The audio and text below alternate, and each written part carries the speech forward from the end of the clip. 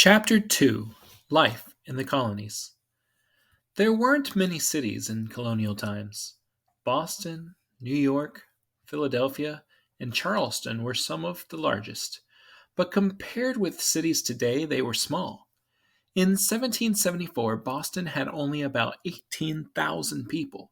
Today, it has over 600,000. Taverns were places where men gathered to eat, drink, and catch up on the news.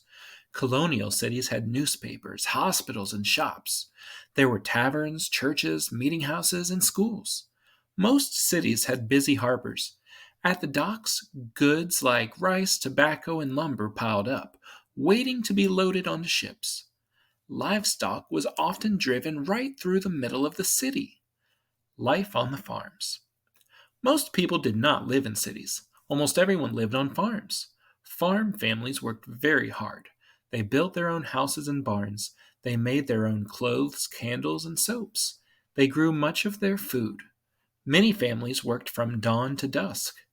9 out of every 10 colonists lived in the country. Most colonists never went far from home. Travel was slow and difficult. There were no paved roads, and in fact, there were very few roads at all. Most people traveled on horseback or on foot. Farms were often far away from one another. Because they didn't see many people, the colonists welcomed guests. Some guests stayed for weeks at a time. Colonial houses. Colonial houses didn't all look alike. Some were made of brick and stone, others were made of wood, some were simple cabins or farmhouses, and others were beautiful mansions. Because families were often large, children shared beds. There were large stone fireplaces in most houses. Some fireplaces were big enough for a man to stand up in. People used fireplaces to heat their homes and for cooking. People sat by the fire to stay warm, but even with fireplaces, houses were cold in the winter. At night, water often froze in pitchers and jugs. People warmed their beds by rubbing the covers with pans of hot coals. Except for the fire, candles gave the only light. Window panes were often made of oiled paper instead of glass. Houses had no bathrooms or running water. Almost everyone got water from wells or streams. The colonists used pots or outhouses for toilets. The pots people used for toilets were called chamber pots. Most people washed their hands and face every day. They used bowls and pitchers to wash their face and hands, but they thought bathing was unhealthy. Many colonists took a bath only once a month, and families often used the same water. Virginia and Pennsylvania even tried to pass laws banning baths. Food. There were few places to buy food in the country. Colonists grew vegetables in their gardens. They hunted wild game like turkey or deer for meat. They fished and searched for wild berries and honey. There were no refrigerators. Colonists kept their food cool in cellars. Families cooked in pots hung over the fireplace. People ate lots of stews. For dessert, they sometimes ate puddings made of cornmeal.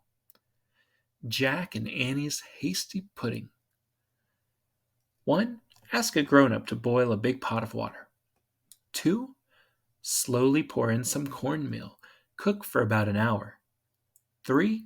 Stir it a lot with your mush stick. 4. Pour it in a bowl and make a hole with the stick. 5. Pour some molasses, brown sugar, or maple syrup in the hole. Education. There were not many schools in the colonies. Most children studied only a few years. Sometimes young children studied in schools called dame schools. These schools were in a woman's home. Girls often didn't go to school at all.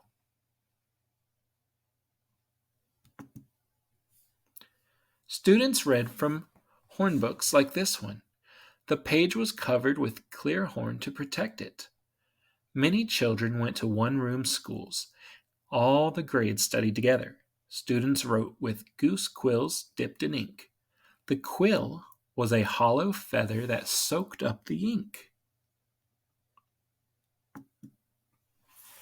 Colonial dress.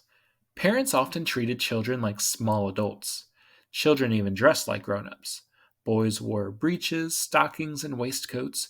Girls wore long gowns and linen caps called coifs. Children at work.